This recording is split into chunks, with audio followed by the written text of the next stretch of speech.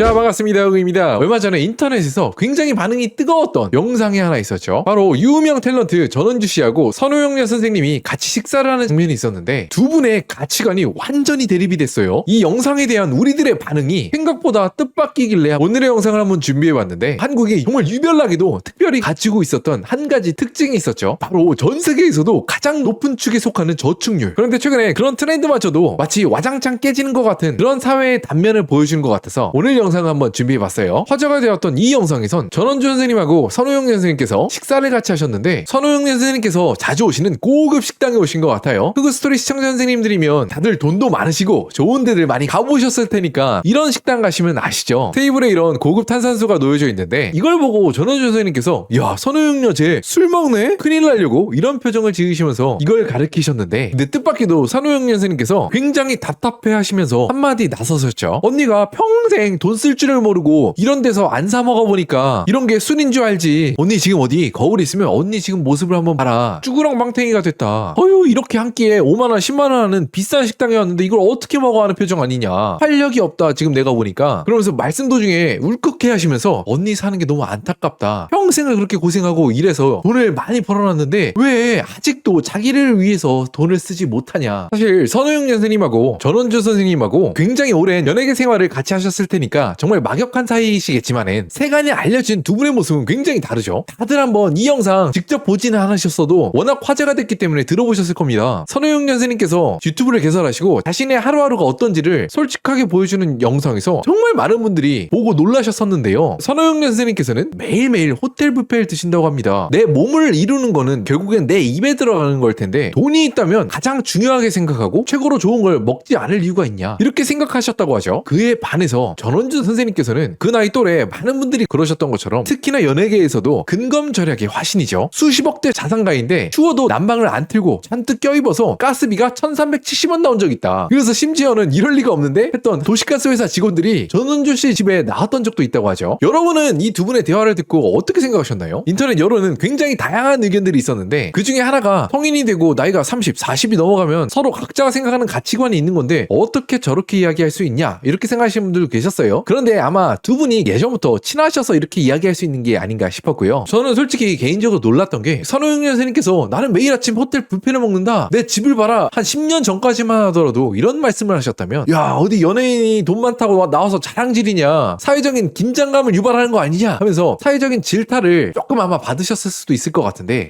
이게 진짜 10년, 한 20년만 해도 세상이 진짜 많이 변했어. 인터넷상에서 내가 번 돈으로 남 주지 않고 돈 끌어 안 하다가 늙어 죽는 그런 바보 같은 짓 하지 않고 선호영 선생님처럼 살래, 그런 의견들이 굉장히 공감을 많이 받았죠. 인간은 누구나 젊은 시절을 보냈지만 그 젊은 시절을 언제 보냈냐에 따라서 이런 세상을 살아가는 거에 대한 가치관이 너무나 달라. 인터넷 유튜브를 보시는 분들은 5살부터 80대 90대까지 보시겠지만, 인터넷에 글을 열심히 쓰고 댓글을 쓰고 하는 분들은 아무래도 비교적 좀 젊은 분들이시겠잖아요. 그렇게 세대가 조금씩 바뀌다 보니까 인터넷 여론에서도 세상을 살아가는 가치관이 조금씩 바뀌고 있다, 그런 생각이 좀 들어요. 과거의 한국은 어땠습니까? KDI에서 공개한 전 세계 주요 국가들의 총 저축률 추이입니다. 우리가 진짜 끼니를 거르고 너무나 가난했던 시절을 막 벗어난 75년대 같은 경우에는 아직 저축률이 18%밖에 안 됐지만 수입이 조금씩 느니까 우리 역시 한국인 형님들 70년대 80년대 젊은 시절을 살았던 전원주 선생님이나 반세대 아래에서 젊은 시절을 보냈던 분들, 야, 저축률이 쭉쭉쭉 늘었어요. 그래서 80년대 후반 90년대 초만 하더라도 전 세계에서 저축을 가장 많이 하는 나라, 저축 강대국 일본보다도 더 높은 저축률을 보여줘. 그리고 그때를 정점으로 이제 먹고 살만하다 싶었는지, 여러 가지 이유가 있겠지만 그중 하나는 이제 여가도 좀 즐기고 내 인생을 좀 즐기자, 그런 생각이 좀 들었는지 저축률이 꾸준히 내려와서 최근 2020년대에는 한 10% 정도 되는 것 같아요. 중위소득이 한 300에서 350만 원 정도 하니까 그 중에 10% 정도면 한 33만 원, 35만 원 저축을 하는 거야, 평균적으로. 그런 시대로 점차 접어 들어가고 있는데, 그런데 이렇게 저축률이 줄어들고 10년 뒤, 20년 뒤에 자산 형성을 위해서 흑바득 아끼고 안 쓰고 덜 쓰고 집에서 안 나가고 하는 모습에서 탈피하는 건 한국만이 아니라고 하죠. 저희가 잠시 기억을 잠깐만 떠올려보면 코로나 이전에 꽤 유행하던 단어가 있었습니다. 욜로, 많이 들어보셨죠? 그리고 코로나쯤엔 많이 들리던 단어가 또 있었는데 파이어. 내가 최대한 돈을 많이 벌고 아끼고 해서 일찍 은퇴한다. 그런데 요즘 미국에선 욜로의 시대가 가고 파이어 시대도 갔다. 바로 이 단어가 굉장히 인기라고 하는데 Die with Zero 들어보셨나요? 바로 이 단어는 2021년에 미국에서 발간되었던 한 책에서 비롯된 트렌드 타이틀인데 미국에서 엄청난 반향을 일으켰죠. 아마도 큰 인기를 얻었던 이유는 이게 전혀 어떤 새로운 개념이 아니라 우리가 평소에도 갖고 있었던 생각인데 이게 그 생각에 타당한 논리점들을 일목요연하게 정리해주고 또 우리가 왜 그렇게 생각하게 됐는지 또 그게 왜 이득인지 이런 지점들을 아마 잘 정리해줘서 그렇다고 생각이 드는데 이게 놀랍게도 우리 한국인들한테도 접목되는 부분들이 굉장히 많아서 오늘 한번 이야기를 해보려고 가져왔어요. 제목에서 느껴지시는 것처럼 Die with Zero, 죽을 때 부자로 죽는 것만큼 적어도 나에게는 큰 의미가 없는 것도 없다. 부제목에 나와 있는 것처럼 그러니 살아있을 때 최대한 네가 가진 돈으로 인생을 풍요롭게 만들고 이득 볼 수 있는 부분을 보자, 그런 이야기를 하고 있죠. 저도 책을 굉장히 재밌게 읽었는데 여러 가지 포인트들이 나와요. 한 가지 단호하게 선을 그어놓아야 될 거는 일을 바로 그만두거나 무책임하게 쾌락만을 쫓으면서 배짱이처럼 살란 말이 아닙니다. 여기서 이런 생각이 들 수 있죠. 뭐? 돈을 펑펑 다 쓰다가 죽을 때 영원 거지로 죽으라고? 그거 완전 욜로 아니야 라고 생각하실 수도 있는데 제목을 이렇게 지었다 뿐 그 핀트가 욜로족하고는 좀 다른데 주로 이야기하는 바는 이렇습니다. 사람이 성장을 하고 취직을 하고 자리 잡고 또 젊은 시절 한창 일하는 그런 라이프 사이클 속에서 돈이 가지는 의미가 상당히 다르다. 흔히 생각하기에 1억보다 5억이 좋고 5억보다 10억이 좋고 10억보다 당연히 50억이 좋은 거 아니냐, 그렇게 생각을 하는데 어떻게 보면 대학을 졸업하고 직장을 찾거나 아니면 사랑하는 사람을 만나서 둘이 함께 있을 보금자리를 구할 때 그럴 때 가지는 돈의 가치의 의미가 나중에 60대 70대가 되었을 때 같은 구매력 기준이라 하더라도 10배 혹은 그 이상 차이가 날 수도 있다고 하는 게 이 저자의 주장이죠. 이 이야기는 우리가 모르는 이야기가 전혀 아니고 우리가 경험적으로 평소에도 아마 주변 분들하고도 많이들 이야기하셨을 것 같아요. 20대 후반 30대 초반에 누가 나한테 준 5억이 있어, 그럼 진짜 잘 쓸 수 있죠. 어디 여행도 가고 맛있는 것도 먹고 혹은 내가 뭐 배우고 싶은 게 있어, 그럼 마음껏 배울 수 있고 또 내가 어떤 도전하고 싶은 게 있으면 일을 잠깐 중단하고 그 일에 도전할 때 정말 넉넉한 생활비가 될 수도 있습니다. 근데 만약에 내가 65살 아니지, 한국 분들은 또 65살에 일을 관두시는 분들도 아주 많진 않으시잖아요. 70살에 50억이 있다고 하더라도 와, 이거 내 집 하나 딱 사고, 물론 병원비 할 때 필요할 돈 뭐 몇 억 제외하면 진짜 젊을 때처럼 크게 유의미하게 사용하기도 참 어렵죠. 그래서 저자는 이렇게 이야기를 합니다. 주식이나 상가를 가지고 있을 때 임차료가 꼬박꼬박 나오는 것처럼 젊을 때 그렇게 누렸던 것들이 일종의 추억이나 성장 또 건강과 같은 배당금을 준다. 젊은 시절에 물론 죽어라 일하는 게 그게 가치관인 분들도 계시겠지만 꼭 무조건 아득바득 일해서 아끼고 아주 늙어서 부자가 되는 게 능사는 아니더라, 그렇게 이야기를 했습니다. 이런 이야기를 들으면 그렇게 생각하시는 분들도 계시죠. 죽을 때 부자로 죽는 게 의미가 아예 없는 것도 또 아닌데 내 자녀들 내 손주들이 고생 안 하고 좋은 거 입고 먹고 마시면 얼마나 또 좋아, 나는 가문을 이룰 건데 라고 생각하실 수도 있죠. 그런 면에 있어서도 작가는 이렇게 이야기합니다. 젊을 때 돈의 가치가 훨씬 큰 의미를 가지는 건 자녀들에게도 마찬가지다. 만약에 독자 당신이 80살 85살에 부자로 죽어, 그런데 그때 돼서 50, 60대 자녀에게 줄 수 있는 몇십억의 상속액이 어떤 의미를 가지냐, 그거보다 훨씬 더 적은 돈이라도 젊을 때 대학 등록금을 대주거나 취직할 때 독립할 때 금전적인 도움을 주는 게 더 중요하지 않겠냐, 그렇게 이야기를 하고 있습니다. 요즘에 미국에서 유행하고 있는 Die with Zero가 이야기하고 싶은 건 그거죠. 모든 건 때가 있다. 구슬도 마치 꿰어야 보배라는 말이 있는 것처럼 돈도 결국엔 사용할 때 혹은 실제로 내가 위험을 감수하기 위해서 계좌에 넣어놨을 때 그럴 때 큰 효과를 발휘하는 거 아니냐. 나이가 들면 들수록 많이 모아놓은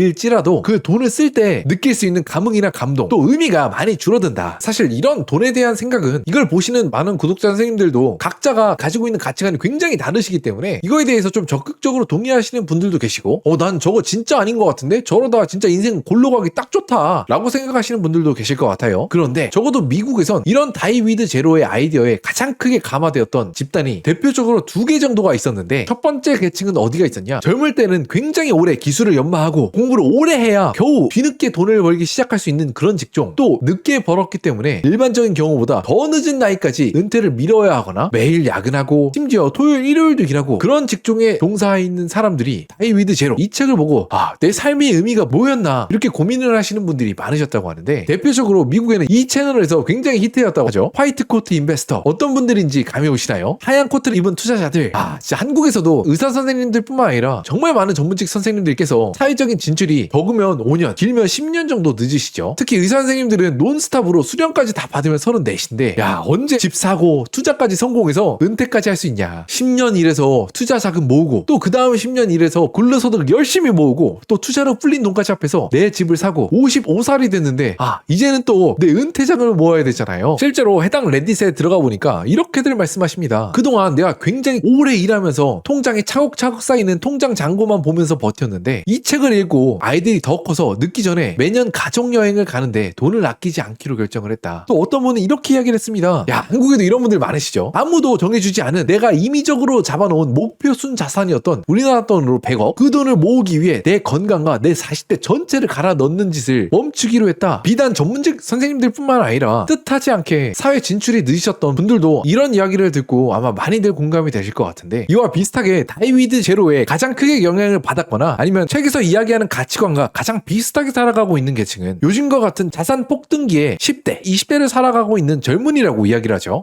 근데 이게 미국이나 한국이나 똑같은 것 같아. 이제 열심히 공부하고 대기업에 취직해야 삼성전자, 하이닉스 이런 아주 극소수의 대기업을 제외하면 250만원, 300만원 겨우 받을 텐데, 뭐? 수도권 아파트 9평이 10억? 15억? 뭐 서울 아파트는 20억 가까이 되네? 이런 이야기를 들으면 진짜 벙찔 수밖에 없거든요. 그러다 보면 자연스럽게 이런 생각이 듭니다. 고작 아파트 하나를 사기 위해서 평생 기업이 주는 월급을 아득바득 모아서 내 인생을 갈아 넣는 의미이자 목적이 될 수는 없다. 내 인생의 목적과 의미는 내가 정한다. 그런데 한 가지 분명히 할 거는, 한 10년 전쯤에 유행했던 욜로와는 완전히 다르죠. 그때 당시에 유행했던 스시 오마카세, 아니면 집 못 사는데 차라도 사면서 뻗어야지 하는 그런 카푸어들 요즘에 정말 많이 사라졌고요. 오히려 자동차보다 월드컵보다 투자에 대해서 공부하는 그런 20, 30대들이 훨씬 더 많아졌죠. 그리고 요즘 젊은이들은 어떤 사람들이냐? 저는 이렇게 생각을 하는데요. 형성하는 과정 속의 투자나 또 그 결과물인 자산에 대한 뚜렷한 인식도 있고 그에 대한 준비도 열심히 한다. 그런데 단지 앞선 세대와 그 기대 수준이 다르다. 세계적인 보험회사 찰스 슈왑에서 한 가지 조사를 했습니다. 당신이 생각하기에 은퇴, 또 은퇴했을 때 안락함을 위해서 필요하다고 생각하는 자산이 얼마입니까? 이에 대해 베이버 부머 세대는 적어도 한국 돈으로 15억은 필요합니다 라고 이야기한 데 반해서 Z세대는 오늘날의 구매력 기준으로 한 5억 정도면 되지 않을까요? 그렇게 답했다고 하죠. 통계적으로 봤을 때 꽤 차이가 나는 숫자인데, 정말 많이 모아서 부자로 은퇴하겠다는 욕심 대신에 요즘 젊은 친구들은 적당히 벌고 또 적당히 삶을 즐기겠다는 그런 가치관을 가진 것처럼 보입니다. 야, 이게 진짜 인식 차이가 큰 게요. 저보다 10살? 15살 많은 형님들한테, 형님들은 얼마 있으시면 은퇴하실 것 같으세요? 그러면 한 5억, 10억 나오는 형님들이 진짜 없어요. 야, 미국에서도 5억에서 한 15억이면 뭐 어느 정도 편안히 은퇴할 수 있지 않을까? 그렇게 얘기를 하는데, 한국 형님들은 전 세계에서도 가장 높은 저축률을 보였잖아요. 그 저축률을 보였다는 거는 되게 마음의 안정을 느끼기 위한 수치가 굉장히 높다는 거야. 그러다 보니까 이렇게도 진짜 많이들 말씀하십니다. 50억이면은 열심히 일해야 됩니다. 50억은 있어야 여유롭지 않을까 싶네요.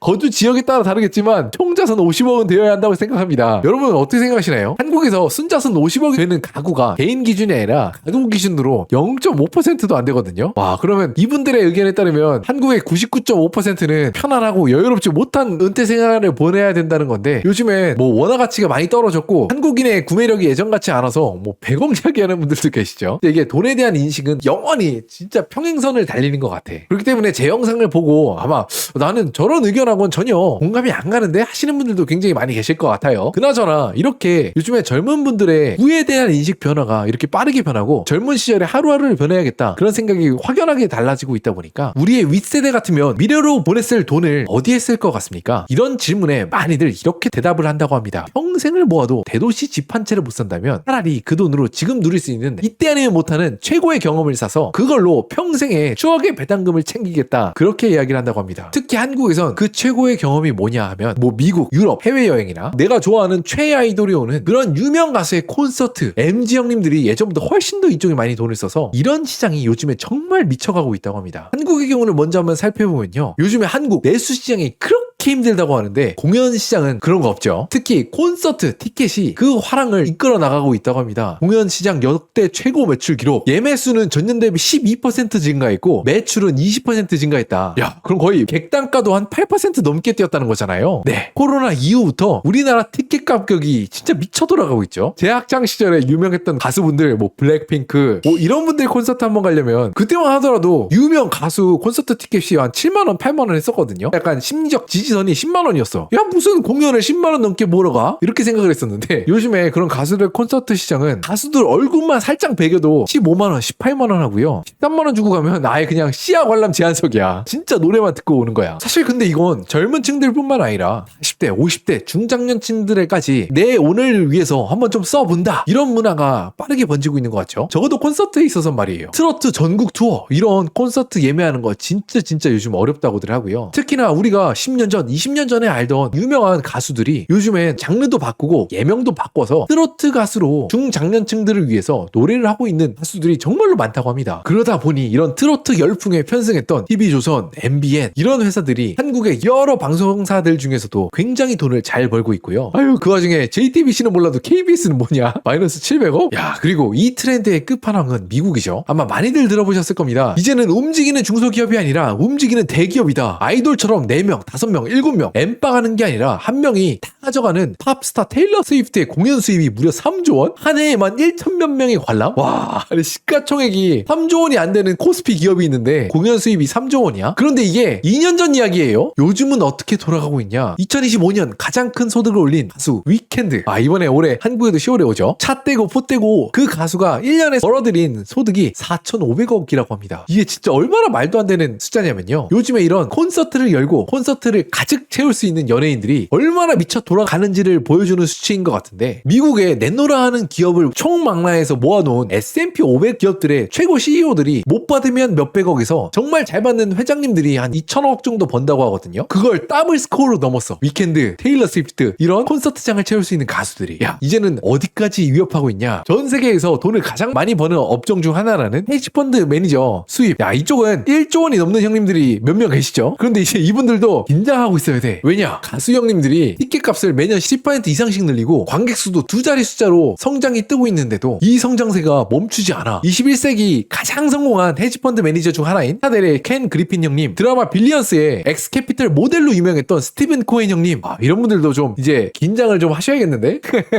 그런 생각이 좀 들고요. 그렇기 때문에 더더욱 최근에 유튜브판에서 종횡무진 활약을 하고 있는 그룹이죠. 여러분들도 아마 많이 보셨을 리세느 그룹이 있는데, 유튜브 상에선 진짜 엄청나게 핫하시지만 이 그룹의 대표님들의 최종적인 꿈은 이렇게 유튜브로 얻어진 인지도와 영향력을 바탕으로 가장 원하는 건 아마 콘서트를 열었을 때 이 스타디움을 채울 수 있는 1,000명에서 한 10,000명 정도의 사람을 연이어서 매진시킬 수 있는 그 티켓 파워가 아닐까? 아무래도 그렇게 생각을 하고 있습니다. 당연히 그렇겠죠. 유튜브에서 알고리즘이 딱 떴을 때 저녁 때 그냥 내가 편한 시간에 썸네일을 클릭해서 봐주는 팬들도 물론 감사하지만 한 명당 15만원, 20만원씩 내서 콘서트장까지 와줄 수 있는 그런 찐팬으로 전환시키는 건 진짜 쉬운 일이 아니라는 생각이 좀 들고요. 우리가 정말 많은 시간을 저희가 일터에서 보내잖아요. 일터에 출근하기 싫을 때도 솔직히 많잖아. 그럼에도 불구하고 가서 일을 하는 이유가 결국 돈을 벌기 위함인데, 그 돈의 의미가 과연 무엇일까? 우리 인생 누구나 중요한 문제라 한번 가져와 봤는데, 여러분들은 오늘의 주제에 대해서 어떻게 생각이 드시나요? 저한테는 모아놓은 돈의 의미가 물론 10년, 20년, 30년 열심히 일해서 안락하고 좋은 위치에 있는 아파트를 사고 그것도 중요하긴 하지만, 저는 개인적으로 내가 하고 싶은 일을 10년, 20년 뒤로 미루는 게 아니라 내가 하고 싶을 때 할 수 있는 발판으로 썼을 때 되게 의미 있는 것 같다는 좀 생각이 요즘 들어 더 진하게 좀 드는 것 같습니다. 어릴 땐 이런 약간 새끈하게 빠진